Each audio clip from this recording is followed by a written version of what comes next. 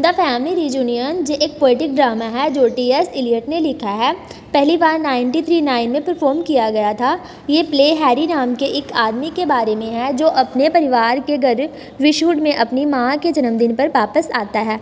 ये कहानी गिल्ट, परिवार के राज, स्पिरिचुअल अवेकनिंग और रिडेम्पशन जैसे थीम्स को एक्सप्लोर करती है। चलिए आगे स्टार्ट करते हैं इस कहानी को। प्ले की शुरुआत विशवुड पर होती है जो एक बड़ा परिवार का स्टेट है जो नॉर्दर्न इंग्लैंड में है। लेडी एमी मॉन्टी परिवार की मैट्रियार्च अपने जन्मदिन की सेलिब्रेशन कर रही है। उन्होंने अपने रिश्तेदारों को बुलाया है। उनकी बहनें अगाथा और एवी और उनके भाई गैलार्ड और चार्ल्स, और उन्हें उम्मीद है कि उनका बड़ा बेटा हैरी वापस आएगा जो 8 साल से गायब है। हैरी विशवुड पर आता है लेकिन वो बहुत परेशान है। वो अपनी बीबी की मौत से परेशान है जो समुंदर में एक अजीब हादसे में मर गई थी। हैरी को लगता है कि वो उसकी मौत का जिम्मेदार है क्योंकि उसने चाहा था कि वो मर जाए जब वो दोनों बेकार की शादी में थे। हालांकि इस बात का कोई सबूत नहीं है। हैरी गिल्ट से भरा हुआ महसूस करता है। लेडी मॉन्टी को उम्मीद है कि हैरी सेटल होकर परिवार का स्टेट संभालेगा और विशवुड की विरासत को आगे बढ़ाएगा, लेकिन हैरी का व्यवहार सबको चिंतित करता है। वो दूर और अपने अंदर के संकट से भरा हुआ है। फिर आगे क्या होता है, जैसे जैसे परिवार इकट्ठा होता जाता है और इंटरेक्ट करता है एक दूसरे से, पूरे मतलब कि उनके पुराने राज सामने आने लगते हैं। अगाथा हैरी की आंटी है जो हैरी के पिता और माँ के बारे में शॉकिंग सच्चाइयाँ बताती है कि जब वो हैरी के पिता थे उन्होंने लेडी मॉन्टी को मारने की कोशिश की थी जबकि हैरी उसके पेट में था, उसकी माँ के, जब हैरी से प्रेग्नेंट थी वो उसकी मॉन्टी जो उनकी माँ थी। तो अगाथा ने बीच में आकर लेडी मॉन्टी को बचा लिया।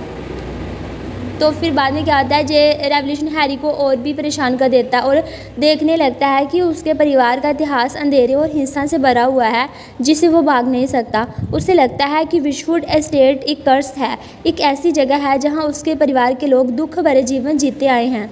इस बीच हैरी इम्यूनोट से भी परेशान होता है। इम्यूनोट क्या है, एक ग्रीक ड्रामा है जिसमें क्या होता है, एक जो मदर का बच्चा होता है वो अपनी माँ को ही मार देता है, ऐसे कुछ है स्टोरी में। तो वो बड़ी गिल्ट फील करता है। ये फिगर उसकी गिल्ट का प्रतीक है और प्ले के दौरान उसे तकलीफ देती है। उसके रिश्तेदार उसके विजन को डिल्यूजन या पागलपन समझते हैं। हैरी एक ट्रांसफॉर्मेशन से गुजरता है जब वो अपनी गिल्ट और परिवार की विरासत का बोझ समझता है। वो समझता है कि वो विशवुड में नहीं रह सकता या अपने परिवार की उम्मीदों के अनुसार जीना नहीं चाहता, इसलिए वो इस स्टेट छोड़ने का फैसला करता है और एक स्पिरिचुअल जर्नी पर निकलने का सोचता है ताकि वो शांति और सुकून पा सके। हैरी अपनी विरासत और लॉर्ड मॉन्टी होने की जिम्मेदारियों को अपने छोटे भाई जॉन को दे देता है।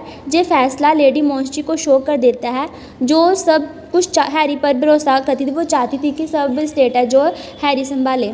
जब हैरी विशवुड छोड़ने की तैयारी करता है तब लेडी मॉन्टी ऑफ स्टेज मर जाती है, दुख से भरी हुई, मतलब कि वो उसको दुख होता है कि हैरी ऐसे क्यों मरे, फिर वो उस दुख में ही मर जाती है। उनकी मौत मॉन्टी परिवार के लिए एक युग का अंत दर्शाती है और उनके अनरिजॉल्व कॉन्फ्लिक्ट के ट्रेजिक कॉन्सिक्वेंसेस को दिखाती है। हैरी का गिल्ट उसकी बीवी की मौत के लिए इस प्ले में बहुत बड़ा रोल प्ले करता है।